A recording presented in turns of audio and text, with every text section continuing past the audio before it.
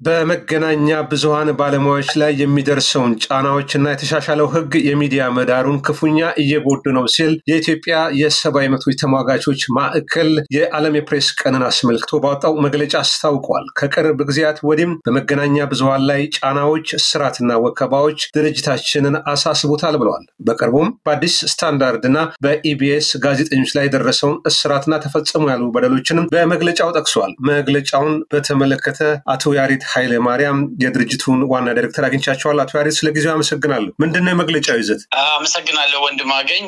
ያው የመግለጫው ይዘት የዓለም አቀፍ የፕሬስ ቀን ተከብሯል። ለቅዳሜ ነው የተከበረው። ይሄ ቀን ሲከበር በዓለም አቀፍ ደረጃ እንደ መርህ ተደርጎ የተወሰደው ይሄ አርቲፊሻል ኢንተለጀንስ በጋዜጠኝነት ስራ፣ በሚዲያ አቅርቦት ላይ፣ በመረጃ አለዋወጥ ላይ ያለው ተጽዕኖ ምን ይመስላል የሚል ዓለም አቀፍ ትኩረቱ እዛ ላይ ነው ያለው። እኛ ደግሞ ከዛ ይሄ ምናልባትም በኢትዮጵያ ሁኔታ ፕራዮሪቲ ከሚሰጣቸው ነገሮች አንጻር ሲታይ የቅንጦት ነው የሚመስለው። ምክንያቱም ኢትዮጵያ ውስጥ ጋዜጠኞች ከፍተኛ እስር፣ ወከባ፣ ግልት፣ ዛቻ፣ ማስፈራሪያ በተደጋጋሚ ደርስባቸዋል። የኢትዮጵያ በዓለም አቀፍ የፕሬስ ነጻነት ካለባቸው ሀገሮች ደረጃዋም በዓለም አቀፍ ድርጅቶች መመዘኛ ዝቅ ብሏል። ይሄ ደግሞ የሆነው ብዙ ጋዜጠኞች ላለፉት ጥቂት ዓመታት ለስደት ተዳርገዋል። ታስረው ለረጅም ጊዜ በተለያየ የወንጀል ክስ እየተጉላሉ ያሉ ጋዜጠኞች አሉ። በቅርብ ጊዜ ደግሞ የተከሰቱትን ነገሮች ተመልክተናል። አንተም እንደጠቀስከው የአዲስ ስታንዳርድ ጽሕፈት ቤታቸው በፖሊስ ተከቦ ቢሮአቸው ውስጥ ያሉ እቃዎች ተወስደው ሰራተኞቻቸውም ለተራዘሙ ሰዓታት ታስረው ነበር። እስካሁን እቃዎቻቸው እንዳልተመለሱላቸው ድርጅቱ ገልጿል። እኛ መግለጫ እስካወጣንበት ጊዜ ድረስ የሪፖርተር ጋዜጠኛ እንደዚሁ ለዘገባ በሄደበት ታስሮ መጉላላት ደርሶበት ተለቋል።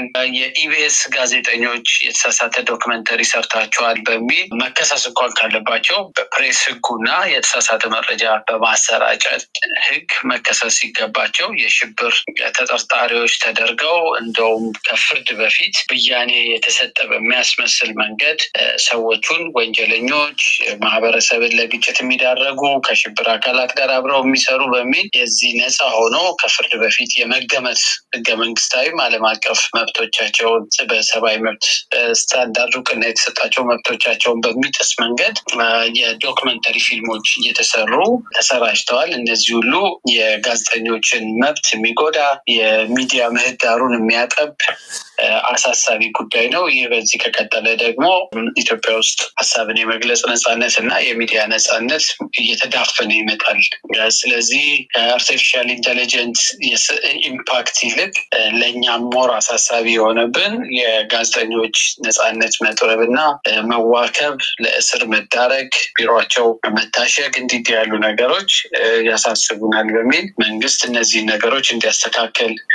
ሌላው የሚዲያ ህጉ በቅርብ ጊዜ ሪቫይዝ ተደርጎ በአዲስ መልክ ተቀሽሮ የማሻሻያ ተደርጎለት ወጥቷል። ይሄም ደግሞ ቀደም ብሎ የነበረው የሚዲያ ህግ ብዙ ፈቃጅና ጥሩ ሁኔታዎችን ያመቻቸ ሲሆን እዛ ላይ ያሉ ሰፊ መብቶችን በሚያጠብና የጋዜጠኞችን ስራ በሚጎዳ የሚዲያ ነጻነትና በአደጋ ላይ በሚጥል መንገድ ተሻሽሎ መጥቷል። መንግስት ምክረ ሀሳብ ጠይቆ ሁሉ በርካታ ባለድርሻ አካላት አስተያየት ሰጥተውበት ነበር በወቅቱ።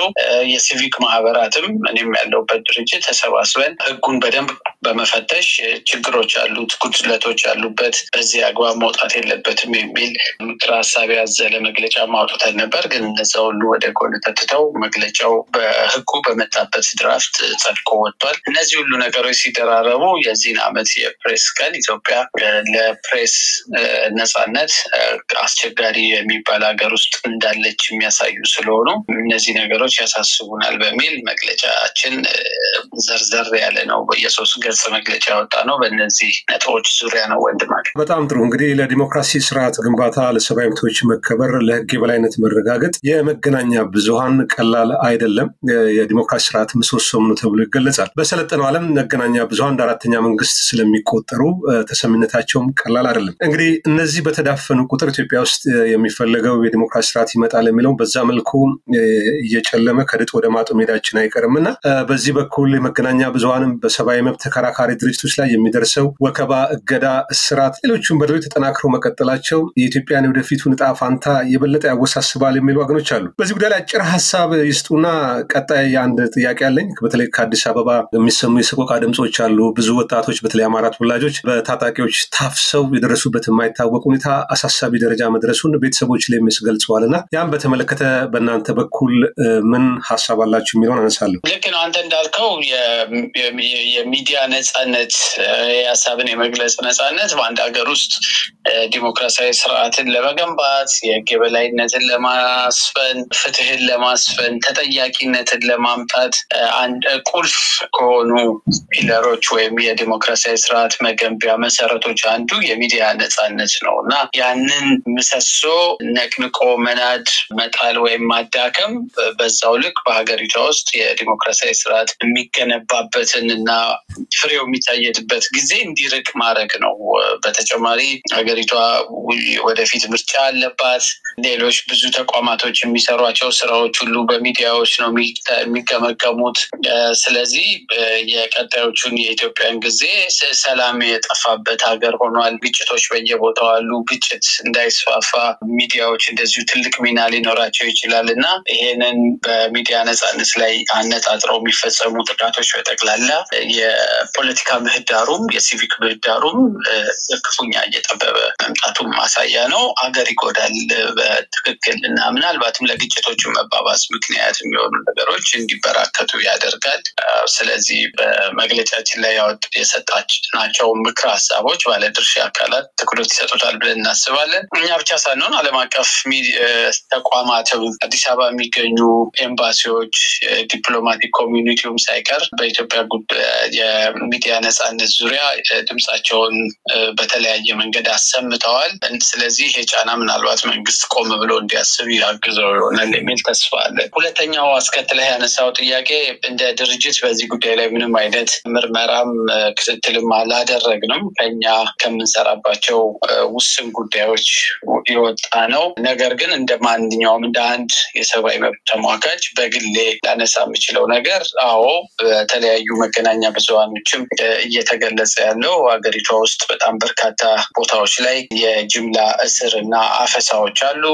በአንዳንድ መልኩም ደግሞ ህፃናት፣ ወጣቶች፣ ገና ታዳጊ ወጣቶች ለወታደራዊ አገልግሎት እየተመለመሉ እንደሆነ የሚያሳዩ መረጃዎች አንዳንድ ቦታ እንደውም ከራሱ የመንግስት የክልል የመንግስት ተቋማት በኩራት ፎቶ ሁሉ በማጋራት ያወጣቸው መግለጫዎች አይቻለው። ይሄ ከዚህ በፊት የኢትዮጵያ ሰብአዊ መብት ኮሚሽን መንግስት ሳይቀር ታጣቂ ኃይሎች በተለይ መንግስትን ላይ ነው ያተኮረው ኮሚሽኑ ህፃናቶችን ለወታደራዊ ግዳጅ የማሰለፍ ስራዎች እየተሰሩ መሆኑን ኮሚሽኑ አይቶ ጥብቅ ማሳሰቢያ እና የተሰማውን ስጋት ሁሉ ገልጾ ነበር። እንግዲህ እነዛ የኮሚሽኑ ስጋቶች ከግምት አልተከተቱም ማለት ነው። ይሄ በጣም በጣም አደገኛ ነገር ነው። በጅምላ የሚታፈሱ ሰዎች ወዴት ነው የሚወሰዱት? ውትድርና አንፈልግም ቢሉ ጠፈንታቸው ምንድነው የሚሆነው? የግዳጅ ውትድርና ደግሞ ሀገሪቷ ቀጣይ ግጭቶች ውስጥ እንደምትቆይም ጭምር ማሳያ ነው እና ይሄ ነገር እጅግ አሳሳቢ ነው። ብዙ ሰዎች ለስራ ወጥተው ለትምህርት ወጥተው በዛው ሳይመለሱ የት እንደደረሱ የማይታወቁ ሰዎች መኖራቸውንም ብዙ ሪፖርቶች እየመጡ ነው።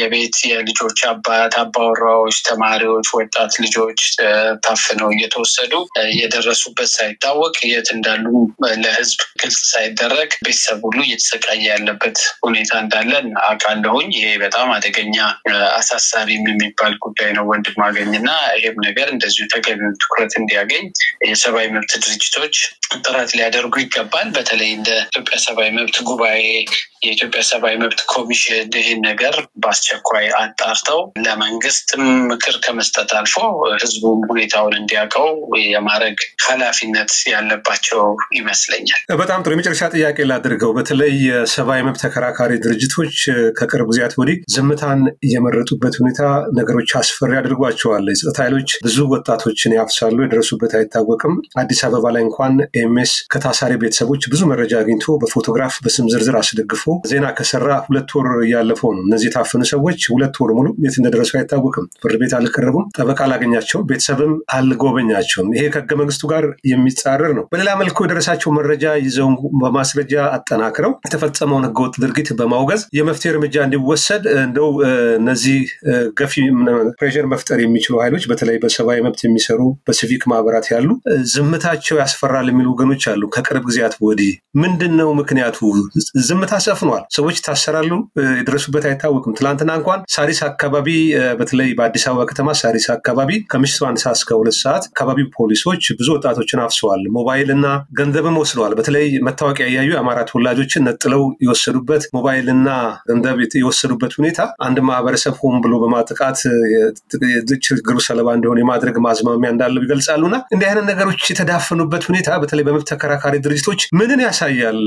የብዙ ሰዎች ጥያቄ ስለሆነ ነው። አቶ ያሬድ ልክ ነው ወንድማገኝ። አንዱ አስጊው ነገር የመብት ተከራካሪ ድርጅቶች ማንዴቱም በህግ የተሰጣቸው ኃላፊነትም ባለበት ያለባቸው አካላት ይሄውን የሰብአዊ መብት ጥሰት በሚፈጸምበት ሀገር ከቅርብ ጊዜ ወዲህ የሚያሳዩት ዝምታ እንግዲህ የሆነ ስጋት ፍርሃት እንዳለ ወይም ደግሞ የስትራቴጂ ለውጥ አድርገዋል ማለት ነው ለህዝብ በማያውቀው ሁኔታ። እሱ በጣም አሳሳቢ ነገር ነው።